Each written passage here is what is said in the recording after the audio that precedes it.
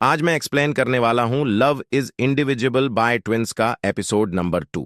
तो फिर स्टार्टिंग में जून की फैमिली और रूमी की फैमिली एक साथ बारबेक्यू कर रहे थे।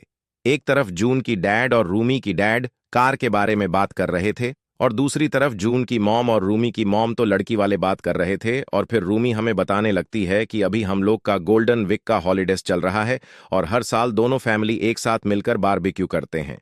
अब तो यह एक ट्रेडिशन बन चुका है।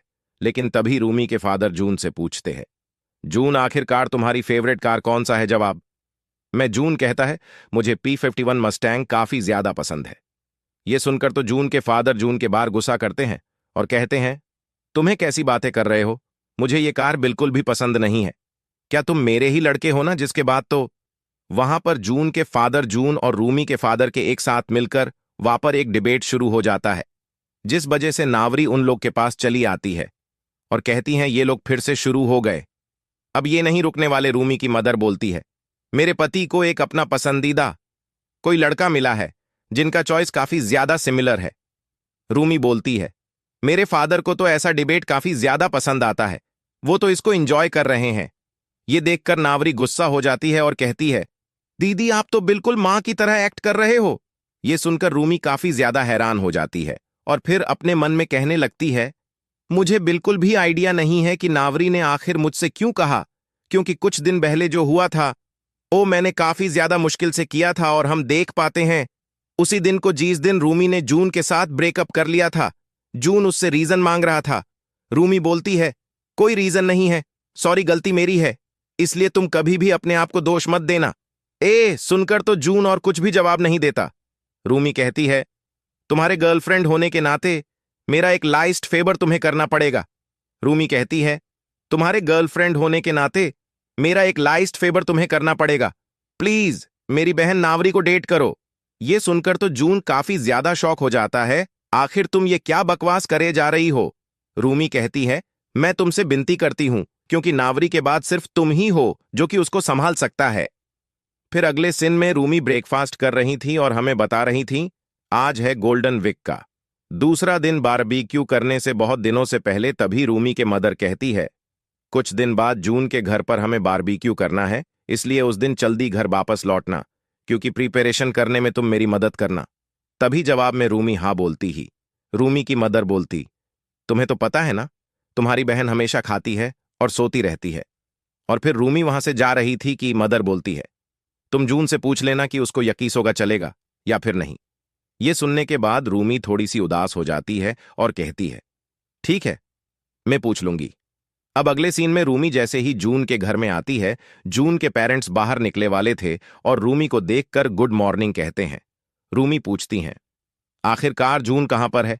वो अभी भी बिस्तर से नहीं उठा है, तुम जाकर उसे उठा दो। उसके बाद जून के पेरेंट्स वहां से चले जाते हैं और रूमी जून के कमरे में आती है और फिर उसे उठाने के बजाय उसके पास बैठकर उसे ही देखी जा रही थी। लेकिन तभी वह अचानक से घबरा जाती है और अपने मन में कहती है, एक काफी ज्यादा अजीब लगेगा अगर उठ गया और मुझे देखने लगा कि मैं उसी को ही देखे जा रही थी। लेकिन फिर भी वह कुछ नहीं कर पाती और फिर जून को ही देखने लगती है। और ऐसे करते करते 2-3 मिनट बीत जाते हैं और दोपहर के 1 बज चुके हैं, जिस वजह से वो पर्दे को खोल देती है और लाइट के वजह से जून उठ जाता है। अपने सामने रूमी को देखकर और पूछता है, आखिरकार तुम इतनी सुबह सुबह क्या कर रही हो? रूमी बोलती है, क्या सुबह? अभी दोपहर के 1 बजे रहे हैं। जून पूछता है, वो सब तो ठीक है, लेकिन आखिर अब तुम्हें क्या चाहिए? रूमी बोलती है, पहले जाकर अपना मुंह धोकर आओ, तुम्हारे बाल पूरी तरह से बिखरा हुआ है। जिस वजह से तो जून मुंह धोने के लिए चला जाता है।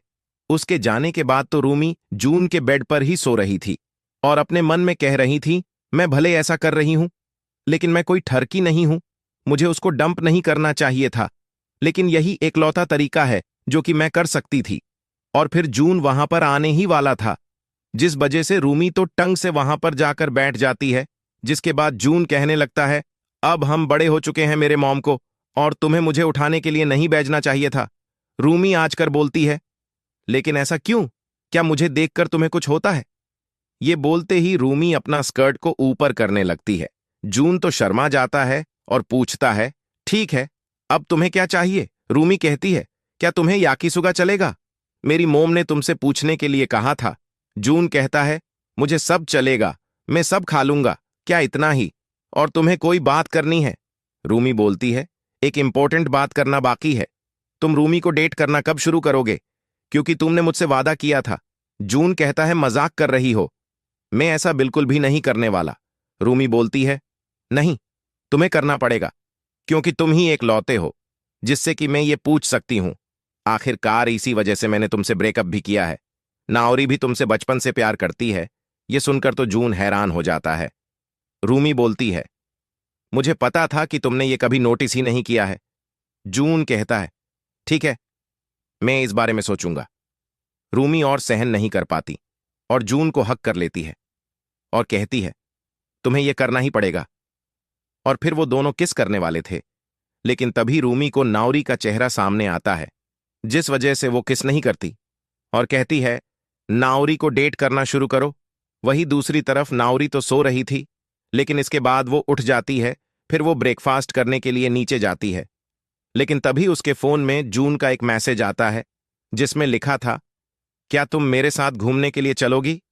नाउरी तो काफी ज्यादा हैरान हो जाती है और जवाब में हां लिख देती है और फिर अपने मन में कहने लगती है, शायद ब्रेकअप के बाद जून अकेला हो गया है, इस वजह से वो मुझे मैसेज कर रहा है और उस डिप्रेशन से निकलने के लिए वो मुझे इस्तेमाल कर रहा है। खैर जो भी हो, लेकिन मैं उसकी मदद करूंगी। वही दूसरी तरफ तो रूमी क्लब एक्टिविटीज के लिए स्कूल में अपना प्रैक्टिस कर रही थी। देन अगले सीन में नाउरी तो रेडी होकर जून के घर पर आ जाती है और कहने लगती है, तो आज हम कहाँ जाएंगे? तो जून सोच रहा था और कहता है, चलो मूवी देखने चलते हैं। नाउरी तो हैरान हो जाती है और कहती है, एक इंट्रोवर्ट जिसे ज्यादा भीड़ पसंद नहीं है, और वहीं आज तुम मूवी देखने की बात कर रहे हो? क्या तुम किसी प्रकार का मजाक तो नहीं कर रहे हो? जून बोलता है, मैं सीरियस हूं। तो फिर तुम कौन सा मूवी देखना चाहती हो? नाउरी कहती है, मुझे कौन सा भी चलेगा। तो फिर चलो चलते हैं। तो वह जाते हुए तरह तरह के बुक्स और मांगा के कैरेक्टर के अंदर आ जाते हैं और उसी के रिलेटेड चीजें करने लगते हैं। लेकिन ऐसा करते करते तो तभी जो नाउरी थी वो तो नीचे गिरने वाली थी, मगर सही टाइम पर जून उसको बचा लेता है। इसके बाद तो वह दोनों मूवी थिएटर में पहुंच जाते हैं और तभी नाउरी पूछती है, क्या तुम अभी भी दीदी के साथ टच में हो? जून घबरा कर पूछता है, लेकिन क्यों? नाउरी बोलती है, क्योंकि गोल्डन वीक में वो एक भी दिन घर पर नहीं रहती। जून कहता है, वो अपने क्लब के एक्टिविटीज के लिए स्कूल जाती है, इस वजह से वो घर पर नहीं रहती। नाउरी कहती है, वह ऐसी बात है। इसके बाद दोनों एक साथ मिलकर मूवी देख रहे थे। नाउरी तो उसको देखकर बोर हो रही थी, वही जून तो उसको काफी एक्साइटमेंट से देख रहा था। फिर मूवी खत्म होने के बाद दोनों मूवी के रिलेटेड बात कर रहे थे। नाउरी बोलती है, क्या हमें लोकेशन को चेंज कर लेना चाहिए, क्योंकि इतने सारे लोगों के अंदर मुझे और अच्छा नहीं लग रहा। फिर वो दोनों अकेले एक खाली जगह पर चलते रहते हैं, काफी ज्यादा बात करते हैं, हंसते हैं और खेलते हैं। इसके बाद नावरी अकेले एक बेंच पर बैठी हुई थी। तभी जून आता है और कहता है, तुम्हें तो ठंड लग जाएगी। नावरी बोलती है, तुम तो मेरे लिए कुछ ज्यादा ही फिक्र कर रहे हो, तुम दूर ही रहो मुझसे, मैं तुम्हें कोई पैसे वैसे उधार नहीं देने वाली। जून कहता है, तुम क्या बात कर रही हो? मैं बस तुम्हारे पैरों के लिए चिंता कर रहा हूं, उससे तुम्हें ठंड लग सकती है। नावरी बोलती है, तुम एक हाई स्कूल गर्ल को ऐसा नहीं कह सकते, हम लोग जितनी भी सर्दी हो अपने पैर को दिखाते हैं। जून कहता है, तुम्हारी स्किन तो काफी ज्यादा ठीक है। और फिर वह कहती है, क्या तुम मेरे थाइस को देखना चाहते हो? और वो अपने स्कर्ट को ऊपर करने लगती है। जून तो शर्मा जाता है और कहता है, मैं समझ गया, तुम अब अपने स्कर्ट को ढक दो। नावरी थोड़ा सा गुस्सा होकर कहती है, क्या तुम मेरी बेइज्जती कर रहे हो? जून बोलता है कि नहीं, मैं तो तुम्हारी तारीफ कर रहा था। लेकिन तभी वो काफी ज्यादा सीरियस हो जाता है और कहता है क्या तुम मुझे डेट करोगी? नावरी बोलती है, डेट मतलब क्या? गर्लफ्रेंड बॉयफ्रेंड की तरह जून हाँ कहता है, जिसमें नावरी कहती है, जून मुझे माफ करना, लेकिन मैं रिफ्यूज करती हूं। ये सुनकर तू जून काफी ज्यादा हैरान हो जाता है, लेकिन अचानक से तभी नावरी हंसने लगती है और कहती है, मुझे काफी ज्यादा मजा आया, तुम्हारा मुंह तो देखने लायक था। मैं हमेशा से ऐसा करना चाहती थी कि तुम मुझे प्रपोज करोगे और मैं तुम्हें रिजेक्ट करूंगी। आज मेरा सपना पूरा हुआ तुम्हारा। शुक्रिया। ये सुनने के बाद तो जून काफी ज्यादा एक्वा डीडीडीएच हो जाता है। नावरी बोलती है, बेवकूफ, मैं तुम्हें कभी भी रिजेक्ट नहीं करने वाली। तो फिर चलो शुरू करते हैं। और फिर वो दोनों हाथ मिलाते हैं और फिर दोनों बोलते हैं, आज से हम बॉयफ्रेंड और गर्लफ्रेंड है। जिसके बाद जून खड़ा होता है और कहता है, चलो अब घर चलते हैं। लेकिन नावरी तो बच्चों जैसा करने लगती है और कहती है, मुझे हग करो। जिसके बाद जून कहता है, अच्छा ठीक है, और वह उसे हग कर लेता है। जिसके बाद अगले सीन में रूमी और उसकी मम्मी बर्तन मंज रही थी। तभी वहां पर नावरी आ जाती है और कहती है, मैं आज डिनर नहीं खाऊंगी, मेरा पेट बढ़ा हुआ है, मैं बाहर से खाकर आई हूं। ये सुनने के बाद तो उसकी मॉम उसके ऊपर गुस्सा करने लगती है। लेकिन नावरी कुछ ना बोलकर अपने दीदी के पास जाती है और बोलती है, मेरे रूम में आना। फिर वो अपने रूम में चली जाती है।